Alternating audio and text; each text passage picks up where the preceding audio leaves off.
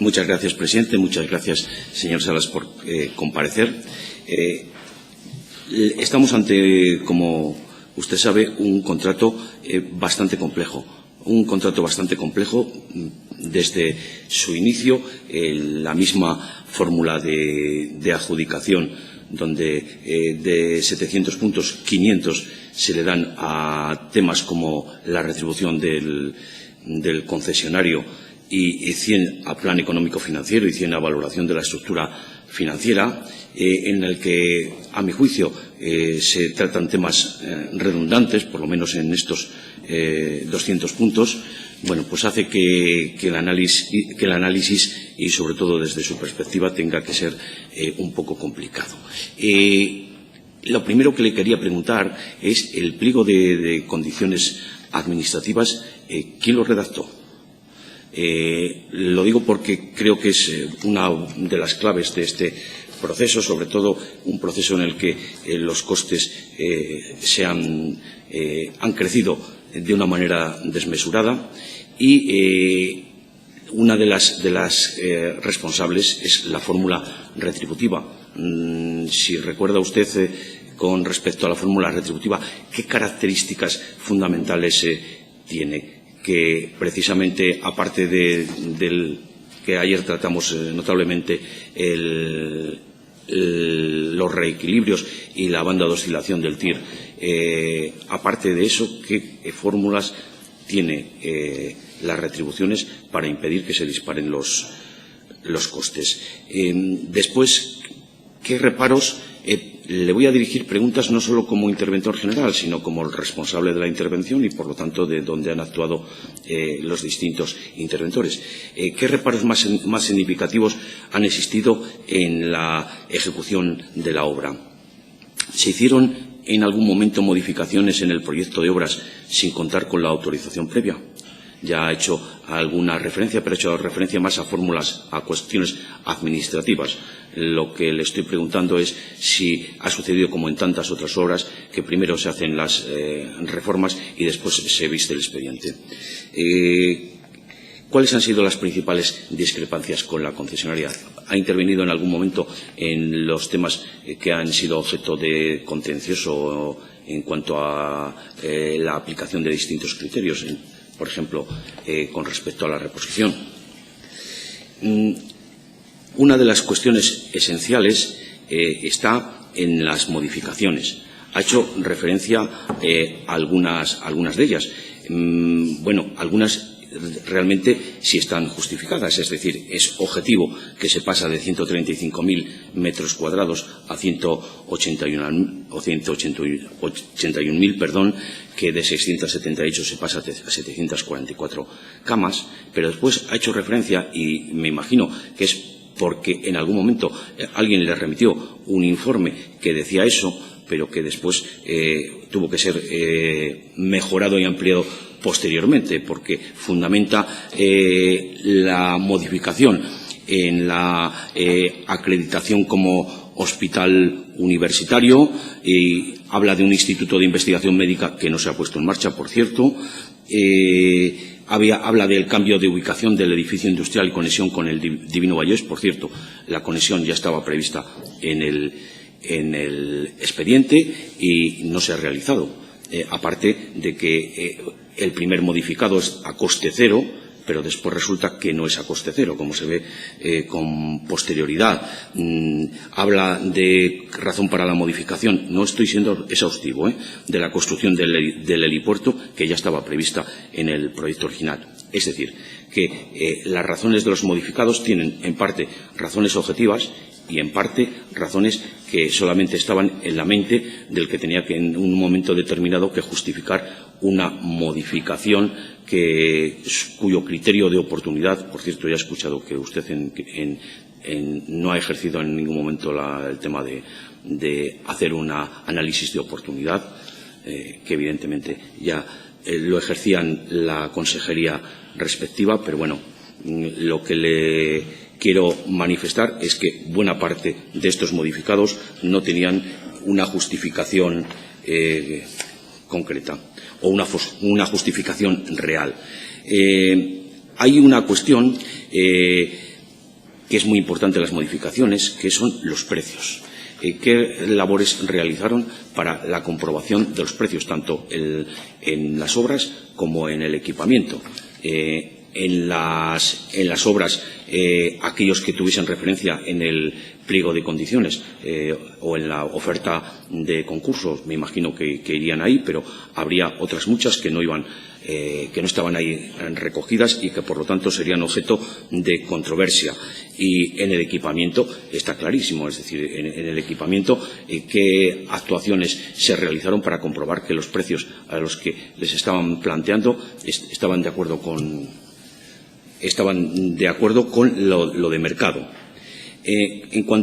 Sigo con las modificaciones. En cuanto a las modificaciones, hay un hecho que subyace en todas las modificaciones, y es el que los retrasos siempre son imputables a la Administración.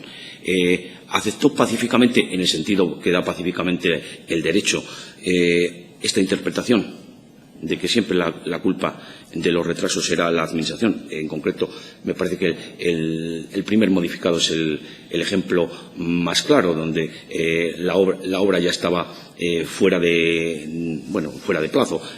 Digamos que no estaba cumpliendo los plazos previstos, y en un momento determinado, ante las dificultades de la constructora, sale la Administración a salvarle, admitiendo que los plazos han sido imputables a ella misma. Después, sé que el expediente de contratación fue fiscalizado por el Consejo de Cuentas. ¿Realizó algún tipo de observaciones? Me parece que fue cuando analizó los ejercicios 2006-2007.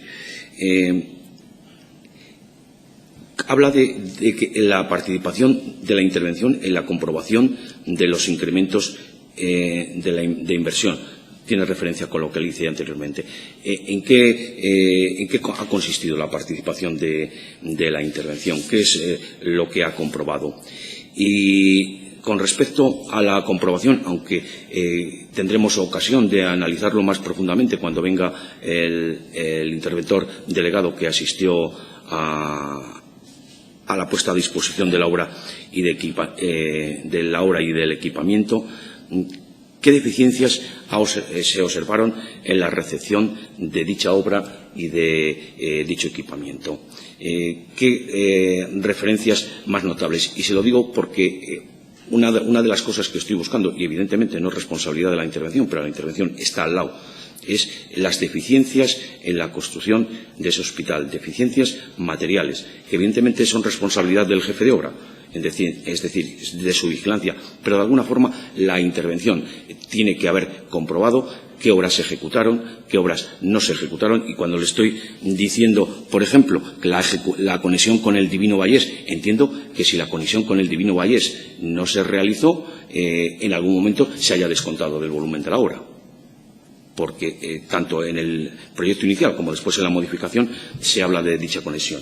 Y nada más. Muchas gracias. Resulta difícil de creer que la intervención general, dentro de la fiscalización del pliego de condiciones administrativas, no pueda analizar cuál es la fórmula de adjudicación, qué características tiene la fórmula retributiva y, por lo tanto, si puede originar a medio y largo plazo problemas en cuanto a la estabilidad financiera, etcétera, etcétera.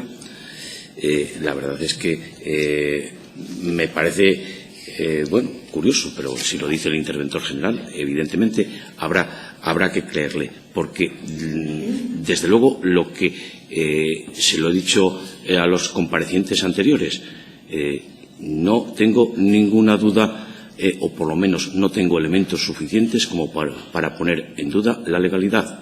Si el Consejo Consultivo ha informado cada uno de los modificados, si la fiscalización del Consejo de Cuentas no emitió, por cierto, no me contestó, aunque quizá en la primera había hecho referencia al tema de qué opinión mereció al Consejo de Cuentas la tramitación del contrato. Bien, bueno, en todo caso, me parece que queda un poco coja la función de la intervención, y estaba pensando en aspectos que le deberían haber merecido la pena, si no al interventor general, si al interventor general delegado o a quien haya realizado la fiscalización.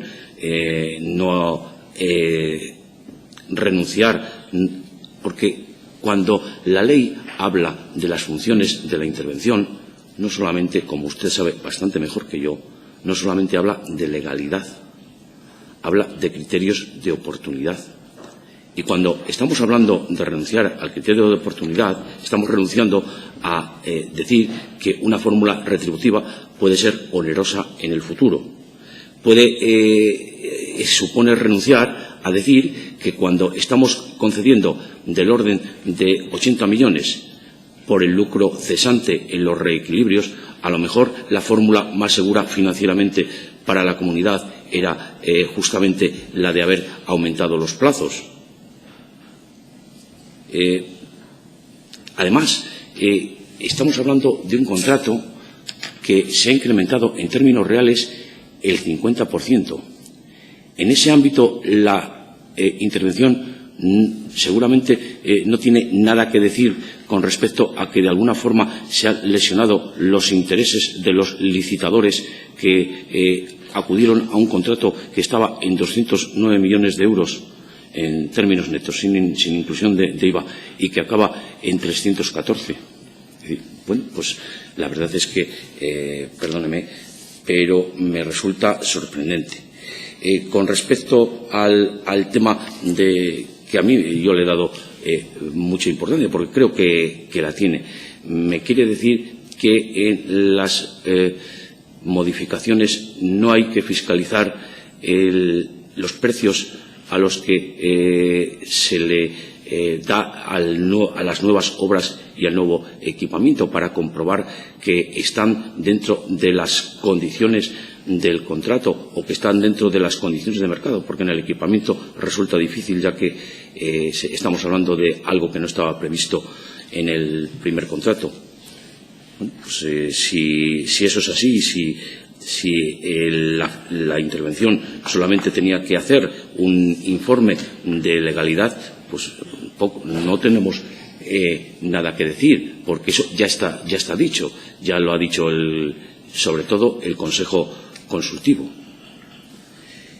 Y nada más, que me gustaría que, igual que ayer la Consejería de Hacienda creo que tiene que cumplir un papel más beligerante en la salvaguardia de la tutela financiera de la comunidad, creo que la intervención dentro de sus competencias tiene también las necesarias como para ejercer también y especialmente esa tutela, sobre todo dentro de la garantía de su independencia, es decir, de su no adscripción funcional dentro de la Consejería. Y nada más. Gracias por sus contestaciones al interventor. Lo que digo como conclusión de esta comisión es que salgo mucho más preocupado de lo que entré. No he sido capaz de saber quién hace la fórmula de adjudicación, quién confecciona la fórmula retributiva, y lo que es peor, los órganos que me merecen confianza se han inhibido en el análisis de dichas fórmulas. Es decir, y digo, me merecen confianza técnica. Eso es lo que más me preocupa y lo que además me explica por qué estamos donde estamos. Porque alguien, sería una consultora, sería un técnico de alguna consejería, elaboró una fórmula de adjudicación que dio un determinado resultado, elaboró una fórmula retributiva que está teniendo estas consecuencias, y los que podrían y tendrían la capacidad técnica para haber analizado qué efectos producía, no lo han hecho. Bueno, pues nada más, será todo estrictamente ortodoxo dentro de la legalidad, será todo absolutamente regular, pero el resultado está siendo el que está siendo. Muchas gracias.